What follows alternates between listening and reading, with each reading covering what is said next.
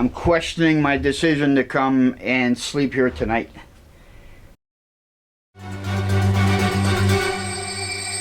Open air outdoors.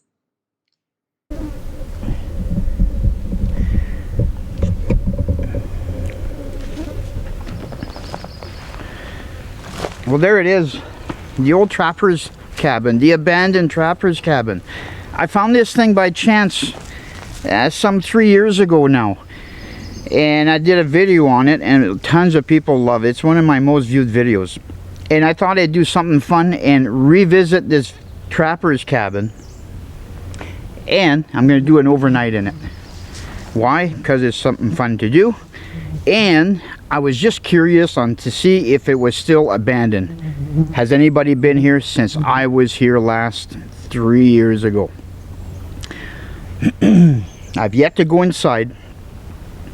But when I see outside the cabin, I'm going to say nobody has been here since I was here last.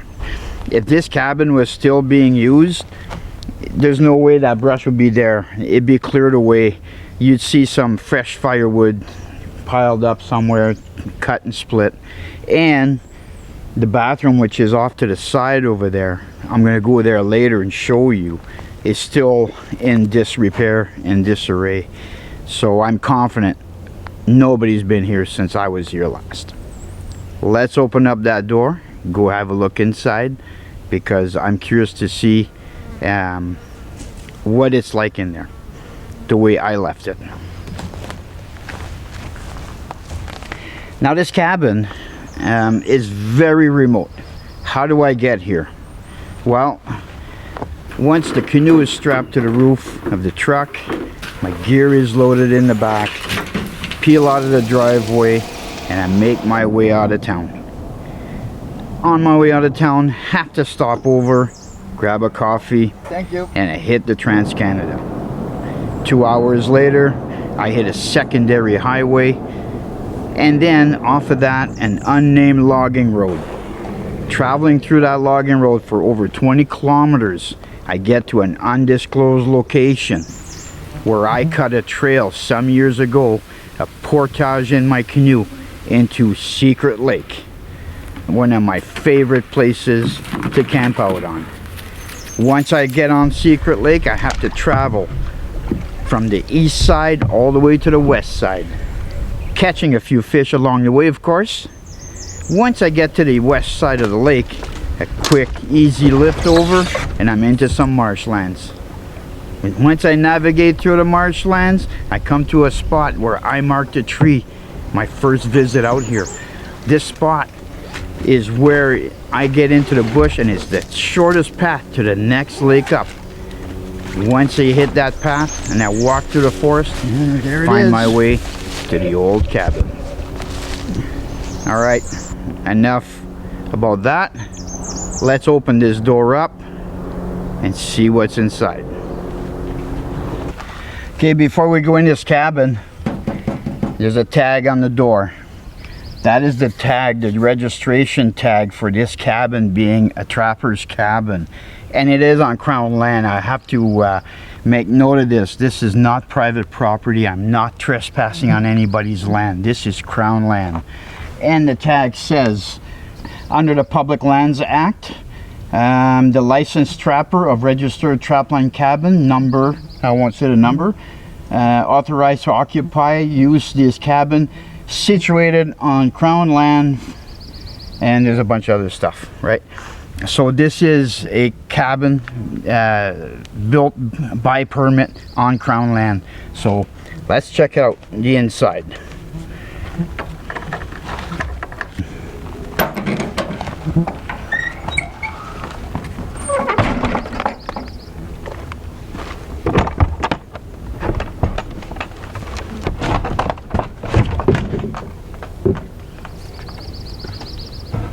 Yeah, I think it's the way I left it.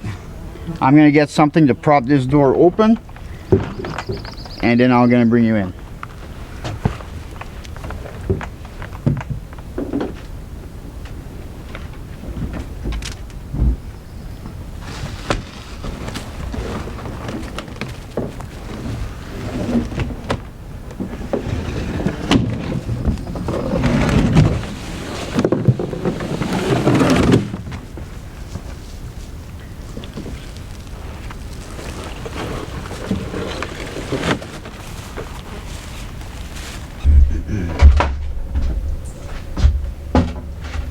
Well, I'm not gonna lie.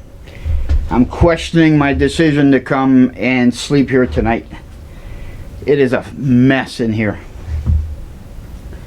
Everything, the cabin has taken quite the downturn since the last time I was here.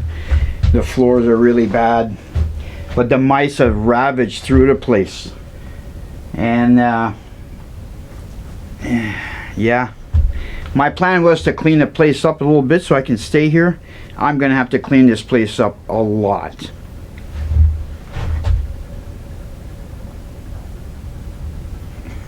Yeah, well, cleaning up this cabin was kind of like my way of contributing to the old cabin so that it sticks around for a little bit longer, and I'm gonna do that. I'm just gonna spend the afternoon, clean it out so I can stay here tonight. I don't plan on coming back here over and over again. This was just a curiosity, just to see how the old cabin was doing. Not doing very well. So I'm gonna do my part. I'm gonna clean it up, and hopefully if somebody comes out here, they'll appreciate that the mice nest will be removed and everything will be swept out, and I'm gonna pick up all the garbage. I won't be able to carry this garbage out with me. I'm just too far away from home to turn away now. I have to stay here, and I just I don't have the room in the canoe to haul out all this garbage. And when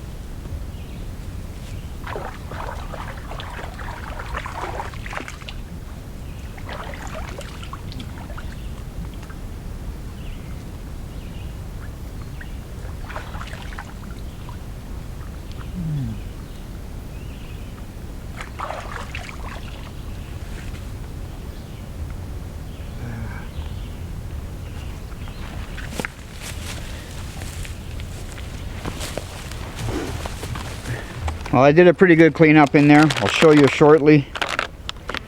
Right now I'm gonna get some electrolytes in me because it is very, very hot out here, and I want to air out that cabin, and the dust is in the air, so I want to let that dust settle and air it out a little bit. But I'll take you around and I'll show you why I say this cabin is abandoned, because in the original video there was some controversy with some folks that said it's not abandoned, it's just they had multiple reasons to say why it wasn't abandoned. And once I drink this electrolyte drink, I'll take you for a walk and I'll show you the signs of an abandoned cabin. Where am I going to take you? Well, I'm going to take you out to the bathroom.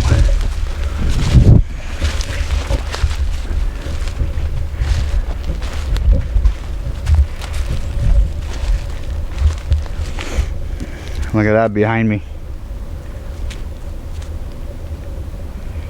Does that look like a bathroom that is in continuous use?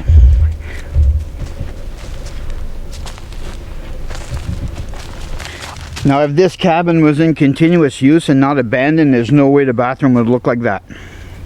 When I was here 3 years ago, all that plastic was still up, and it was like that thick of duff on the plastic. Since then, the plastic has torn.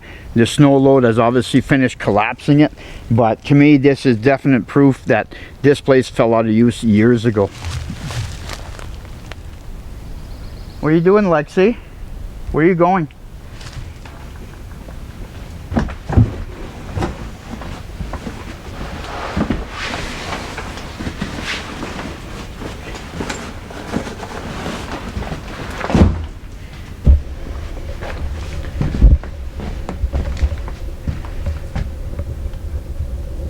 Still gotta wipe the counters.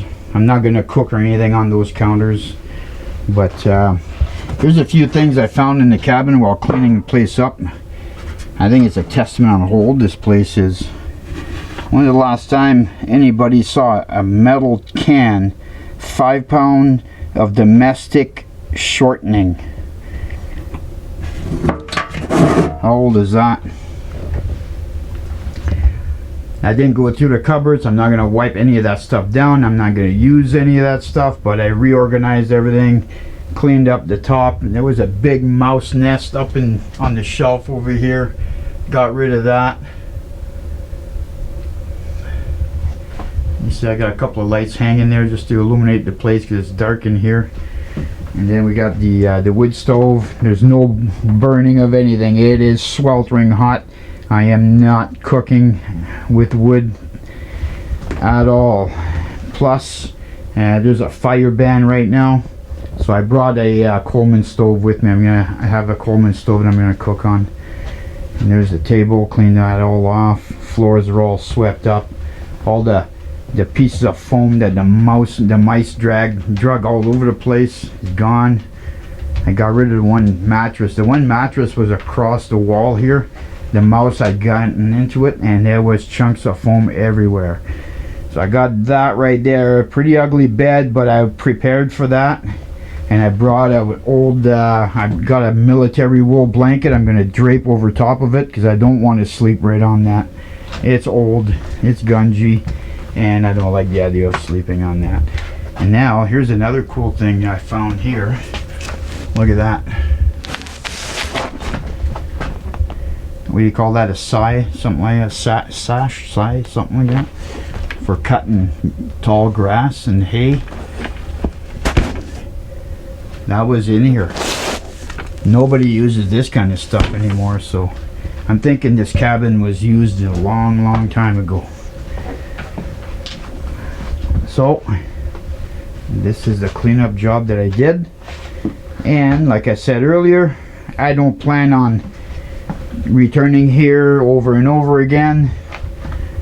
I'm just going to do an overnight, but I was not going to stay in here the way it was. At the very least, I'm fortunate that no critters took residence in this cabin. No raccoons or skunks or anything like that, so there's no animal feces anywhere. So it was very dusty and it was a big mess from the mice. And once I got all the cobwebs swept off the walls and the ceiling and whatnot, it's half decent, and I feel better now doing an overnight here.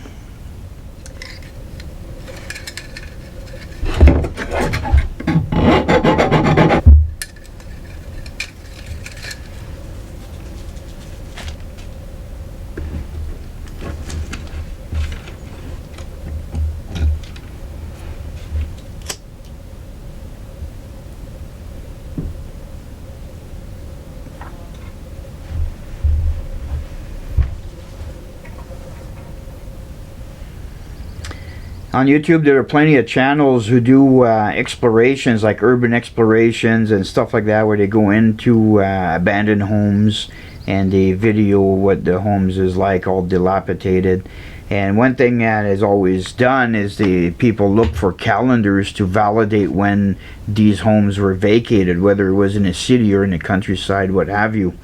And what I have here today, right now, is I have a magazine from Outdoor Canada. It's dated April 2002. Perhaps it's a testament to when the last time somebody actually utilized this cabin.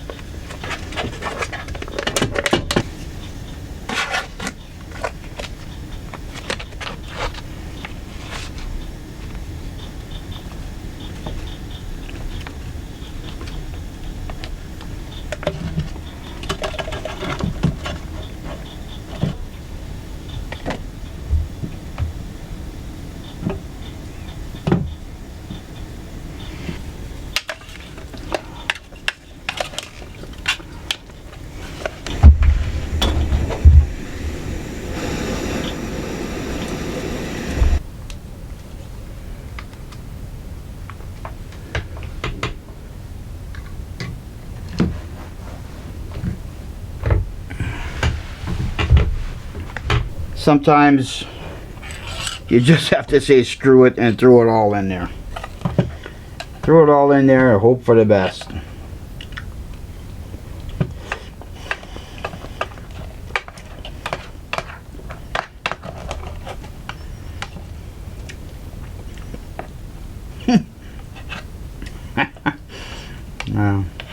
Not bad. The sausage patty, that sausage pork patty or something like that they called it, that I put in there with the rest, it has a barbecue flavor. I'm actually quite impressed.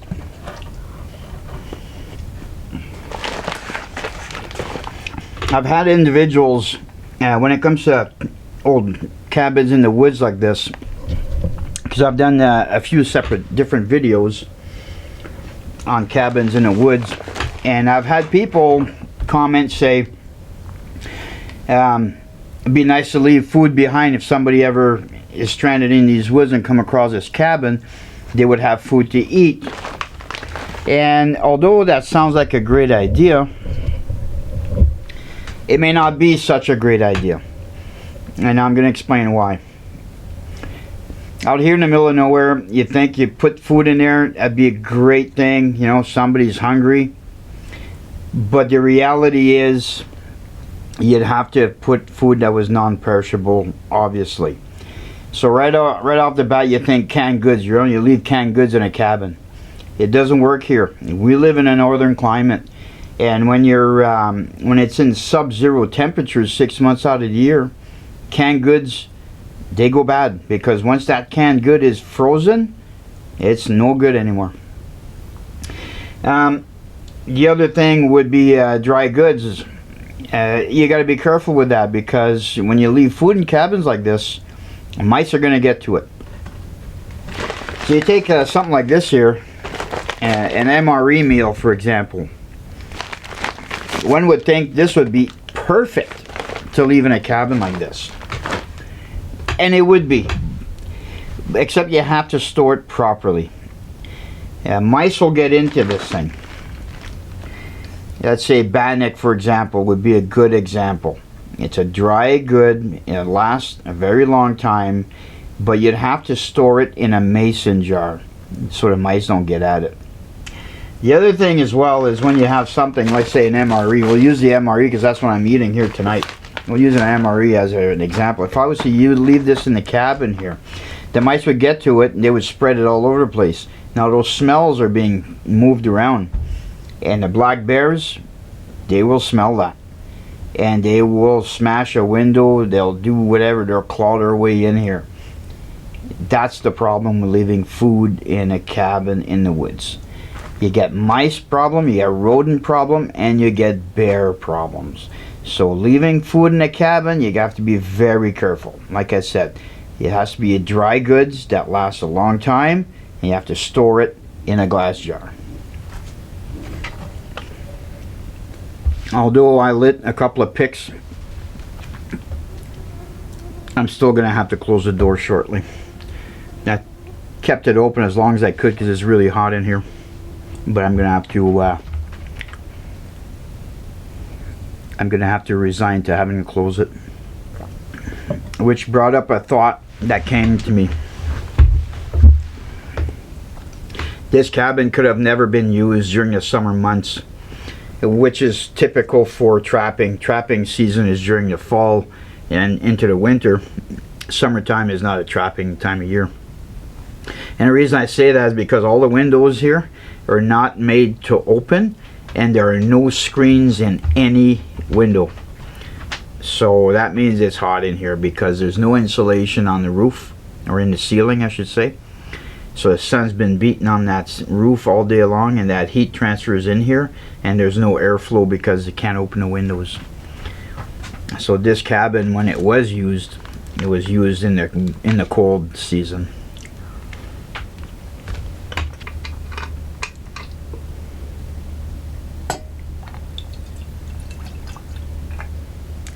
You know, the more time I spend inside this cabin, the more I pick up on little details, and I just realized something that might give me a timeline on when this place was built.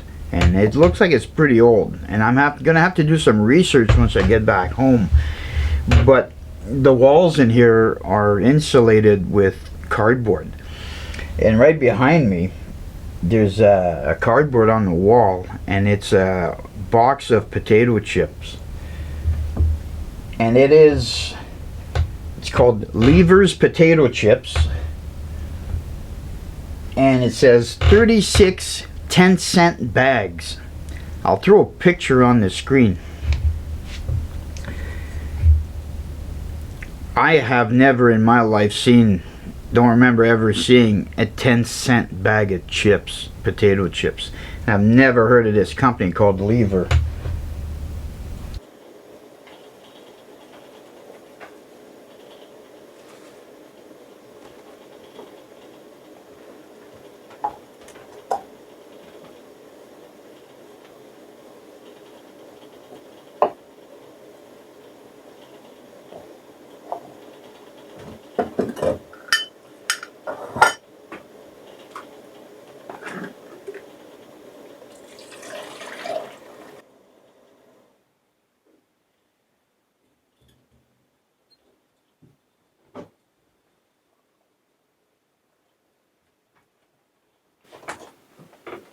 Slept pretty good last night, I gotta say.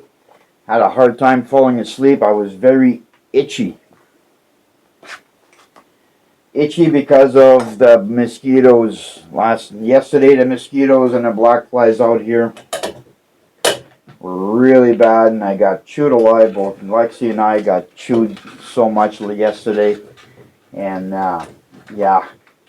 When you get bitten over and over and over again, you get itchy. My arms, and they're still itchy now. My arms were really itchy. I woke up at one time and I dug into my first aid kit, and sure enough, I had some afterbite, and I used up most of it, so I'm gonna have to replenish my first aid kit with afterbite. I had to switch cameras this morning. The batteries in my other camera, my main camera, are all dead. My spare batteries are still at the canoe, which is through the forest and on the edge of that marshland. So I'm going to finish up with the action cam this morning. Breakfast is good. Alexi's eating her breakfast. Apple and cinnamon in the morning. Just something about it works right. So the plan is just to pack everything away, bring that old canoe back in here, secure the cabin, recover the window as it was when I got here. I hope you enjoyed today's video. Please remember to give me a thumbs up. It really helps the channel for the algorithm. And if you want to see more outdoor content, don't forget to subscribe. And also, I always reply to every comment, so leave me a comment, and I'll see you on the next one.